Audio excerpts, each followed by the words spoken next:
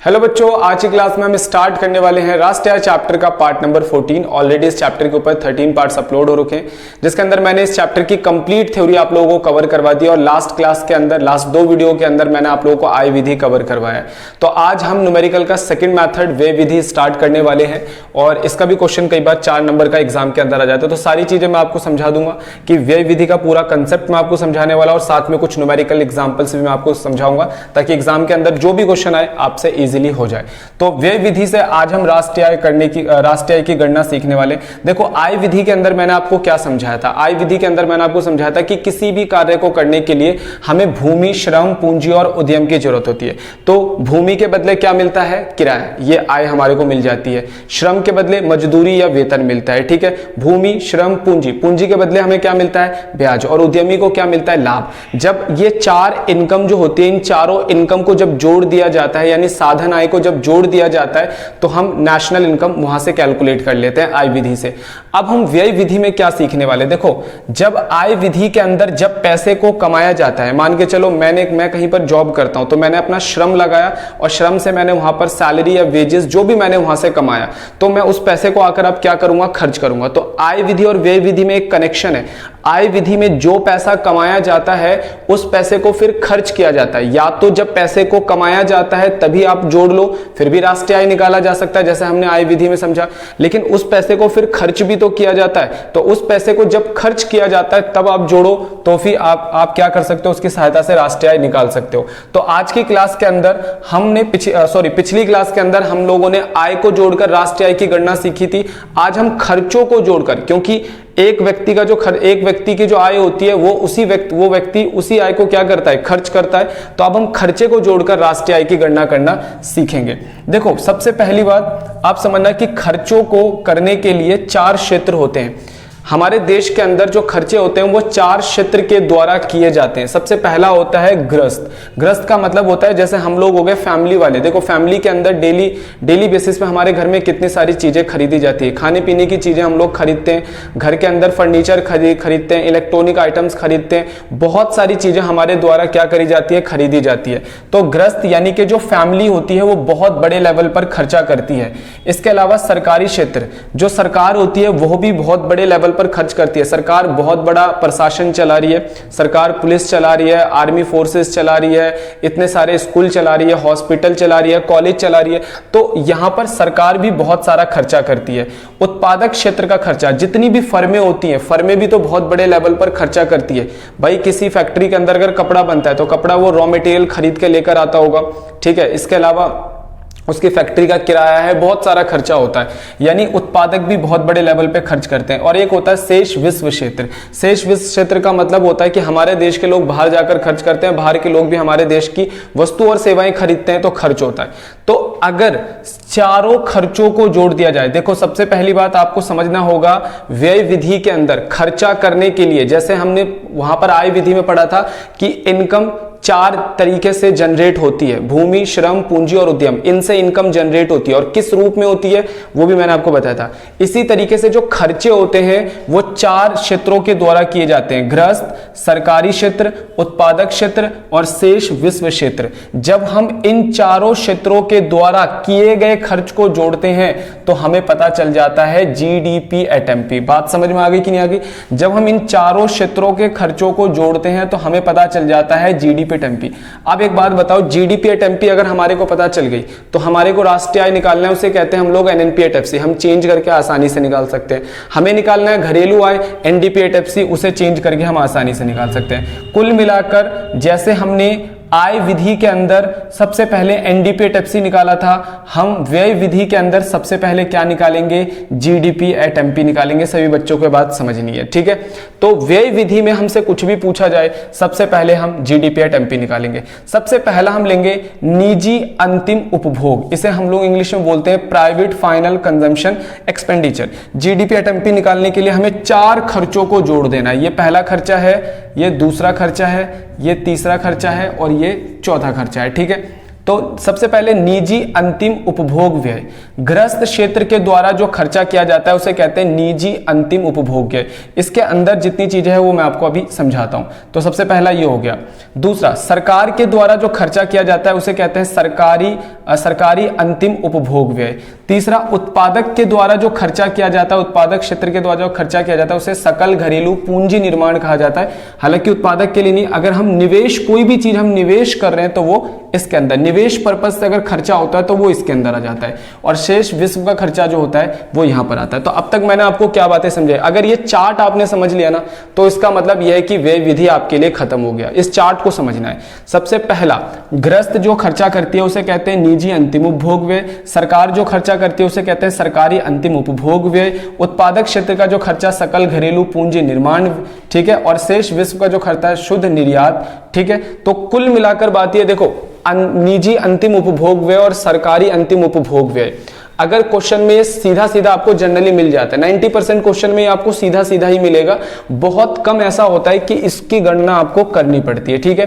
तो एग्जाम के अंदर अगर निजी अंतिम उपभोग व्यय साफ साफ मिल गया तब तो आपको कोई भी चीज नहीं लेनी, सारी चीजें आपको इग्नोर कर देनी है। लेकिन कई बार एग्जाम में क्या होता है कि आपको ये नहीं देता, तो उसको में आपको क्या करना है, 4-5 चीजें जोड़नी है। देखो, सबसे पहला, टिकाऊ, गैर टिकाऊ तथा अर्ध टिकाऊ वस्तुओं पर खर्च। जो हमारी फैमिली होती है, गृहस्थ में सारे कौन आ जाते हैं, निजी अंतिम उपभोग में सारी फैमिली आ जाती है। हम लोग तीन तरीके की चीजें खरीदते हैं। एक होती है टिकाऊ वस्तुएं। टिकाऊ वस्तुएं जैसे फर्नीचर खरीद लिया, घर के लिए वॉशिंग मशीन खरीद लिया, फ्रिज खरीद लिया, एसी खरीद लिया, फैन खरीद लिया, ये सब क्या है, टिकाऊ।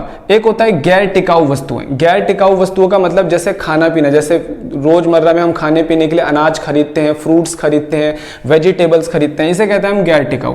एक होता है अर्ध टिकाऊ, जैसे कपड़े खरीद लिए, जूते खरीद लिए, वस्तुओं पर किया गया खर्च। यार फैमिली किन चीजों पर खर्च करती है, फैमिली इन 3 चीजों पर ही तो खर्च करती है, या तो टिकाऊ, या तो गैर टिकाऊ, या फिर अर्ध टिकाऊ वस्तुओं पर किया गया खर्च। अगर ये नहीं दिया तो आपको ये जरूर दिया होगा, इसको जोड़ोगे।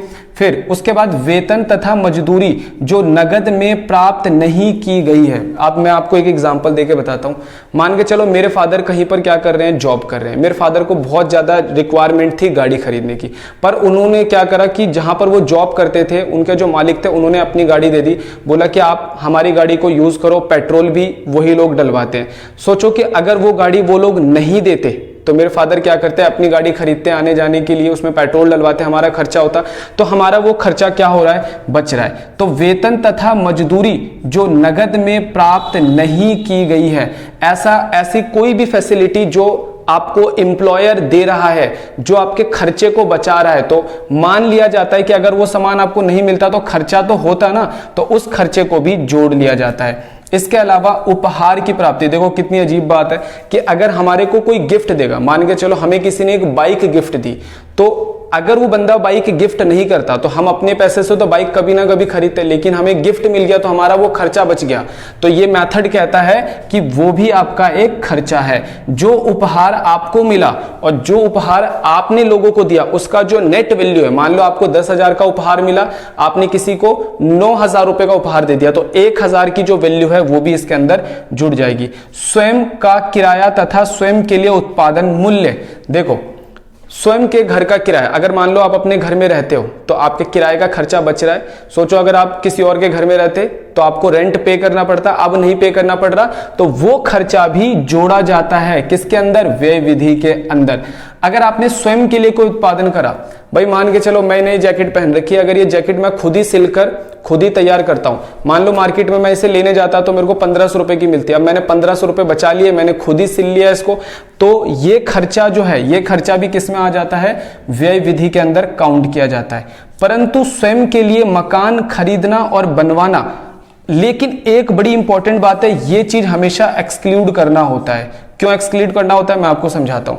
अगर आपने खुद के लिए कोई मकान खरीदा तो ये एक तरीके का निवेश है, क्योंकि आप इसे लंबे समय के लिए, आप लंबे समय के लिए इसे क्या कर रहे हो, रहने के लिए खरीद रहे हो। इसके अलावा अगर आपने मकान बनवाने पर खर्च करा तो ये वाली जो चीज है, आपने मकान बनाया या मकान बनवाने पर खर्च करा, ये चीज हमारा चला जाता है सकल घरेलू पूंजी निर्माण के अंदर, तो ये चीज आप कभी भी शामिल नहीं करोगे।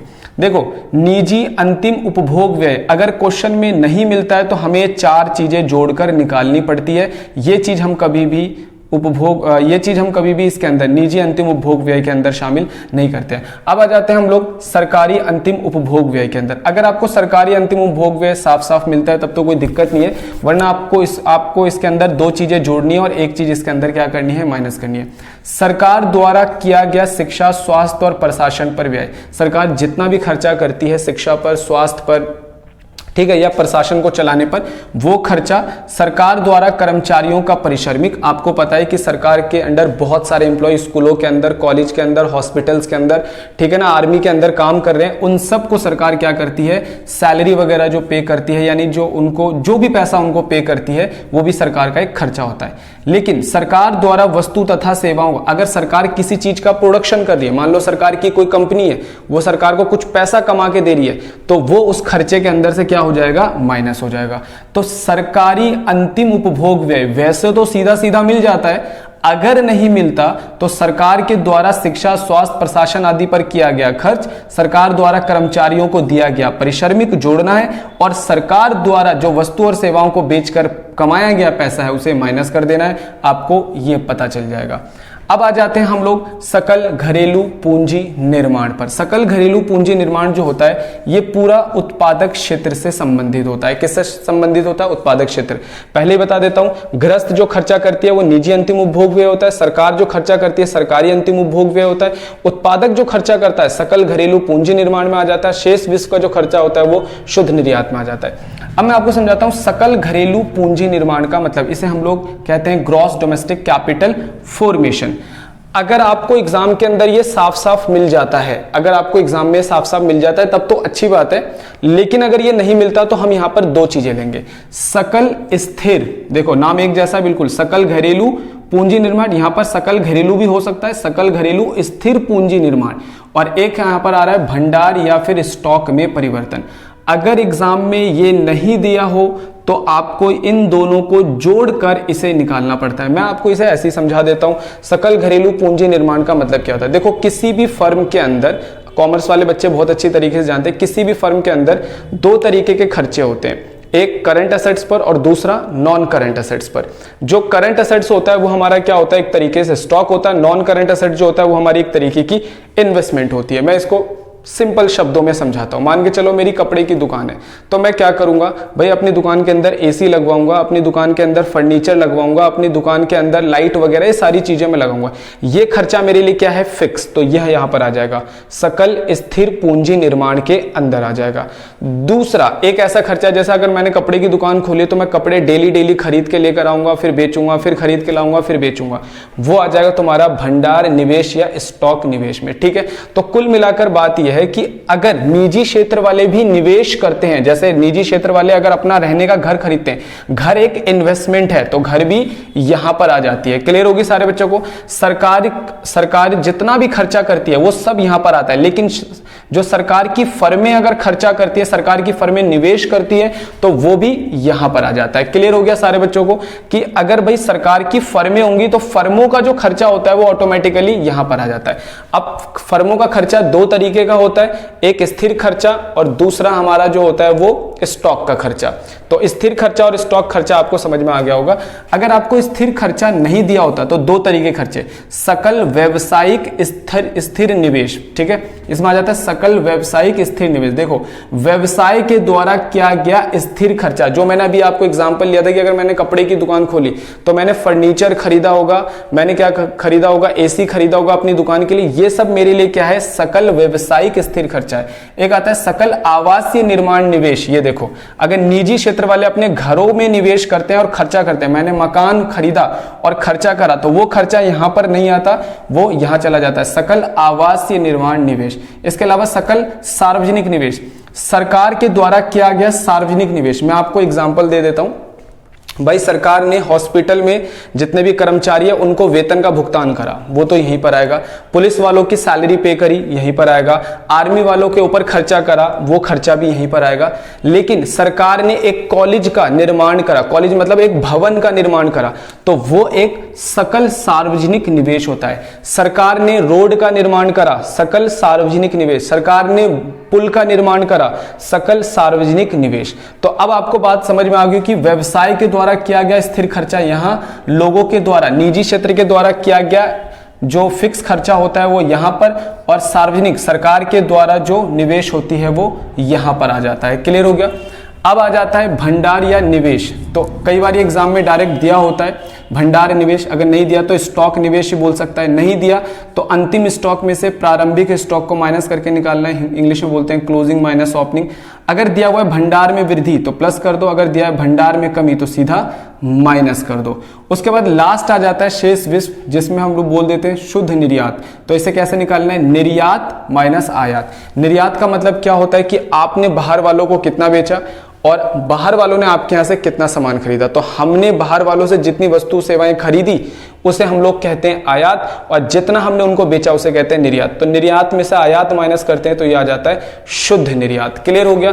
तो ये आपको कंसेप्ट समझ में आ गया कि गृहस्थ का जो खर्चा है वो ये है, सरकार के खर्चे को इसे कहते हैं, उत्पादक क्षेत्र का खर्चा ये है, शेष विश्व का खर्चा ये है। तो जब हम इन चारों को जोड़ते हैं PFCE, GDCF, GDCF, ठीक है, GFCE था सॉरी, और प्लस X माइनस F, जब हम ये चारों को जोड़ते हैं तो हमारा क्या निकलता है, GDP एट एमपी। अब उसे हम चेंज करके कोई भी चीज कैलकुलेट कर सकते हैं। बच्चों अब हम स्टार्ट करने वाले हैं फर्स्ट क्वेश्चन। देखते हैं फर्स्ट क्वेश्चन में क्या पूछा जा रहा है। इसमें कहता है हमसे कि भाई GDP एट एमपी निकालो और राष्ट्रीय आय ज्ञात करो। तो राष्ट्रीय आय आपको पता ही है, राष्ट्रीय आय को हम लोग कहते हैं NNP एट FC। क्लियर हो गया। अब इसमें दिया हुआ है सरकारी अंतिम उपभोग व्यय, ठीक है, सरकारी अंतिम उपभोग व्यय। इसका मतलब ये क्या दिया हुआ है, GFCE हमारे को गिवन है। लिख लेता हूं मैं, निजी अंतिम उपभोग व्यय, ये आपको दिया हुआ है PFCE। क्लियर है। सकल घरेलू पूंजी निर्माण, सकल घरेलू पूंजी निर्माण, ये हमारे को दिया हुआ है GDCF। ठीक है। शुद्ध निर्यात दिया हुआ है, शुद्ध निर्यात चेक करो, शुद्ध निर्यात ये हमारे को दिया है X माइनस M। विदेशों से शुद्ध साधन आए, ये हमारा क्या है, NFIA। तो पिछली क्लासेस देख लेना जिनको डाउट हो रहा है। शुद्ध अप्रत्यक्ष कर, ये है नेट इनडायरेक्ट टैक्स। आर्थिक सहायता, ये हमारी थी सब्सिडी। क्लियर है। और स्टॉक में परिवर्तन, ये हमारा स्टॉक में आ गया परिवर्तन, स्टॉक में परिवर्तन या भंडार में परिवर्तन। ठीक है। और ये मूल्यह्रास, मूल्यह्रास तो आपको पता ही होगा, ये हमारा है डेप्रिसिएशन। तो मैंने इंग्लिश में भी थोड़ा सा लिख दिया ताकि आपको जिनको हिंदी में थोड़ी दिक्कत है, ठीक है, वर्ड समझने में, तो वो इंग्लिश में भी थोड़ा सा समझ सकते हैं। तो आप क्वेश्चन में देखो, हमसे पूछा गया वैसे GDP एट एमपी, वैसे क्वेश्चन में कुछ भी पूछा जाए, वैसे GDP इत्तेफाक है पूछा है, तो हमसे क्वेश्चन में कुछ भी पूछा जाए, व्यय विधि में, मैंने आय विधि में आपको बताया था, आय विधि में आपसे कुछ भी पूछा जाता है, आप क्या निकालोगे, NDP एट FC। इसी तरीके से व्यय विधि में आपसे कुछ भी पूछा जाए, सबसे पहले आप निकालोगे GDP एट MP। तो मैं सॉल्यूशन में सबसे पहले क्या निकाल रहा हूं, सबसे पहले निकालता हूं GDP एट MP। क्लियर हो गया। सबसे पहले क्या निकालेंगे, GDP एट MP। भाई मेरे पास आपको हिंदी में फॉर्मूला लिखना है, कैसे, GDP एट MP लिख के निजी अंतिम उपभोग व्यय जमा सरकारी अंतिम उपभोग व्यय जमा सकल घरेलू पूंजी निर्माण जमा शुद्ध निर्यात जमा। तो मेरे पास इतने स्पेस नहीं है तो मैं हिंदी में इसमें लिख दे रहा हूं, इंग्लिश में लिख दे रहा हूं, private final consumption expenditure plus government final consumption expenditure plus gross domestic capital formation और प्लस X माइनस M, यानी कि शुद्ध निर्यात। तो चेक करेंगे प्राइवेट फाइनल कंजम्पशन एक्सपेंडिचर मतलब कि निजी अंतिम उपभोग व्यय। चेक करो निजी अंतिम उपभोग व्यय हमारा कितना है, 3500 रुपए। उसके बाद चेक करेंगे सरकारी अंतिम उपभोग व्यय, ये रहा साफ साफ मिल रहा है, सरकारी अंतिम उपभोग व्यय 4000। सभी बच्चों को ध्यान रखना है, अगर ये मिल गया तो यहां से तो हमारा कोई लेना देना ही नहीं है, अगर हमें ये मिल गया तो ये सब ढूंढने की कोई जरूरत नहीं। और मैं फिर से बोल रहा हूं 90% क्वेश्चन के अंदर ये दोनों नहीं मिलेंगे, एग्जाम में भी आपको सीधा सीधा ही मिल जाता है। एग्जामिनर आपको ज्यादातर यहीं पे घुमाएगा, बस थोड़ा बहुत, इधर घुमाएगा नहीं एग्जामिनर ज्यादा आपको। उसके बाद है GDCF, GDCF चेक कर लो, ग्रॉस डोमेस्टिक यानी कि सकल घरेलू पूंजी निर्माण। अब देखो आपको सकल घरेलू पूंजी निर्माण मिल गया तो आपको देखने की जरूरत नहीं है, दोनों को इग्नोर करना है, ये बात ध्यान रखनी है। एग्जामिनर आपको कंफ्यूज करने के लिए ये भी दे देगा, ये भी दे देगा। अगर ये मिल गया तो इन दोनों को हटा दो, इन दोनों को छोड़ दो बिल्कुल। ठीक है। कितना दिया है, सकल घरेलू पूंजी निर्माण दिया है आपको 1100 और X minus M, X minus M मतलब ये आपको शुद्ध निर्यात, शुद्ध निर्यात कितना है आपका 500। ठीक है। एक बार बताना कितना आ रहा है, 9100 ये आपका आ गया। क्लियर हो गया सारे बच्चों को, ये हमारा 9100 क्या आ गया, GDP एट MP। अब हमारे को GDP एट MP के साथ साथ हमारे को राष्ट्रीय आय यानी कि NNP एट FC भी पूछा था, NNP एट एफ सी। अब देखो जिन बच्चों को भाई चेंज करना नहीं आता उनके लिए दिक्कत है, मैंने चेंज करना सिखाया था। हमारे को एनएनपी एट एमपी निकालना है जीडीपी एट एमपी तो की मदद से, तो पहले लिखेंगे जीडीपी एट एमपी। अब यहां से चेंज कर सकते हो आप लोग, एरो लगा दो पहले तो सब पे, ये हमने एरो लगा दिया। अगर आपको ग्रॉस से नेट जाना है, ग्रॉस से नेट का मतलब सकल से शुद्ध जाना है, तो ग्रॉस से नेट माइनस आपका फॉर्मूला चल रहा था, ग्रॉस से नेट जाने के लिए माइनस मूल्यह्रास, मूल्यह्रास बोले तो डेप्रिसिएशन, तो मैं इंग्लिश में लिख दे रहा हूं, आप हिंदी में लिखना एग्जाम में। डोमेस्टिक से नेशनल, डोमेस्टिक मतलब कि आपको जाना है घरेलू से राष्ट्रीय, तो डोमेस्टिक छोटा होता है नेशनल बड़ा होता है, तो डोमेस्टिक से नेशनल जाने के लिए प्लस करना पड़ेगा NFIA, ठीक है। आप देख सकते हो जहां मैंने चार्ट बनवाया था, P से P आपका कैंसिल, MP से FC के जाना है तो माइनस करना पड़ेगा NIT यानी कि शुद्ध अप्रत्यक्ष कर, तो इसकी वैल्यू आपकी आ गई 9100 माइनस मूल्यह्रास, डेप्रिसिएशन बोले तो मूल्यह्रास कितना है 120। NFIA विदेशों से प्राप्त शुद्ध साधन आय, विदेशों से शुद्ध साधन आय कितना दिया हुआ है 100 माइनस NIT शुद्ध अप्रत्यक्ष कर, शुद्ध अप्रत्यक्ष कर कितना दे रखा है आपको 300। क्लियर हो गया। इसका हम सम करेंगे तो यह आ जाएगा हमारा 8780, ठीक है जी। तो ये हमारा पहला क्वेश्चन सोल्व हो गया। एक क्वेश्चन मैं आपको और करवा देता हूं बच्चों। नेक्स्ट क्वेश्चन स्टार्ट करते हैं। इसके अंदर हमारे को कैलकुलेट करना है राष्ट्रीय आय, तो राष्ट्रीय आय को हम लोग कहते हैं एनएनपी एट एफसी। मैंने आपको चैप्टर के स्टार्टिंग में बताया था कि दो चीजें याद रखना, राष्ट्रीय आय को एनएनपी एट एफसी और घरेलू आय को कहते हैं एनडीपी एट एफसी, ये दोनों चीजें याद रख लेना। इसमें दिया हुआ शुद्ध स्टॉक में परिवर्तन, ये हमारे को सबसे पहली चीज मिल गई, स्टॉक में परिवर्तन मिल गया। उसके बाद है सरकारी अंतिम उपभोग व्यय, ये मिल रहा है हमारा सरकारी अंतिम उपभोग व्यय, गवर्नमेंट फाइनल कंजम्पशन एक्सपेंडिचर। सकल स्थिर पूंजी निर्माण, अब ये स्थिर वर्ड यहां पर लग रहा है, ठीक है, तो अभी हम देखेंगे, यानी कि ये हमारे को ये दिया हुआ है, सकल स्थिर पूंजी निर्माण हमारे को दिया हुआ है क्वेश्चन में, ठीक है। निजी अंतिम उपभोग व्यय हमारे को दिया हुआ है, निजी अंतिम उपभोग व्यय को हम लोग बोलते हैं प्राइवेट फाइनल कंजम्पशन एक्सपेंडिचर। शुद्ध आयात दिया हुआ है, निर्यात नहीं दिया हुआ, आयात, सिर्फ आयात दिया हुआ है, निर्यात अभी हमारे को गिवन नहीं है, देखेंगे आगे गिवन होगा तो। इसके अलावा मूल्यह्रास यानी कि डेप्रिसिएशन हमारे को दिया हुआ है। विदेशों को शुद्ध साधन आय, विदेशों को शुद्ध साधन आय है, यानी मैंने बताया था ना कि विदेशों से शुद्ध साधन आय, ठीक है, तो शुद्ध साधन आय हमारे को नहीं दिया हुआ, क्या दिया हुआ, विदेशों को दिया हुआ है, तो हम से माइनस को करते हैं, उसमें भी हम देखेंगे क्या करना है। शुद्ध अप्रत्यक्ष कर हमारे को दिया हुआ है, नेट इनडायरेक्ट टैक्स हमारे को दिया हुआ है। क्वेश्चन में हमसे बोल रहा है कि राष्ट्रीय आय निकालो, राष्ट्रीय आय हम डायरेक्ट नहीं निकाल पाएंगे, सबसे पहले हमें निकालना पड़ेगा जीडीपी एट एमपी। तो सबसे पहले हम जो कंपोनेंट मैंने लिखवाए हैं वो जीडीपी एट एमपी के हैं। तो जीडीपी एट एमपी का फॉर्मूला क्या था, इसका फॉर्मूला था पहला निजी अंतिम उपभोग व्यय, जैसे हम कहते हैं प्राइवेट फाइनल कंजम्पशन एक्सपेंडिचर। दूसरा सरकारी अंतिम उपभोग व्यय, जैसे हम लोग कहते हैं गवर्नमेंट फाइनल कंजम्पशन एक्सपेंडिचर।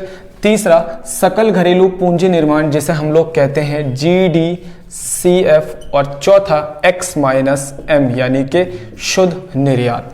तो सबसे पहले निजी अंतिम उपभोग व्यय देख लेते हैं, हमारे को कितना दे। निजी अंतिम उपभोग व्यय हमारा है 500। फिर है गवर्नमेंट सरकारी, यानी कि सरकारी अंतिम उपभोग व्यय हमारे को दिया है 100। उसके बाद है ग्रॉस डोमेस्टिक कैपिटल फॉर्मेशन, यानी कि सकल घरेलू पूंजी निर्माण। तो क्वेश्चन में दिक्कत यह है कि हमारे को सकल स्थिर दिया है, सकल घरेलू पूंजी निर्माण नहीं दिया। तो मैंने बोला था अगर ये हमारे को नहीं मिलता है तो हमारे को दो लेने, एक सकल स्थिर पूंजी निर्माण लेना है और साथ में हमारे को लेना है चेंज इन स्टॉक, ठीक है। तो सकल स्थिर पूंजी निर्माण हमारा आ रहा है 200 जमा साथ में लेना है हमारे को शुद्ध स्टॉक में परिवर्तन, जो कि हमारा कितना है 50। अब हम इन दोनों को जब जोड़ेंगे तो हमारे को ये पता चलेगा। क्लियर है, इन दोनों को जोड़ते हैं तो ये हमारे को पता चलता है। तो इस बार क्वेश्चन वाले ने हमें घुमाया, इस बार हमारे को डायरेक्ट ये नहीं दिया, हमें इन दोनों को देखना पड़ गया।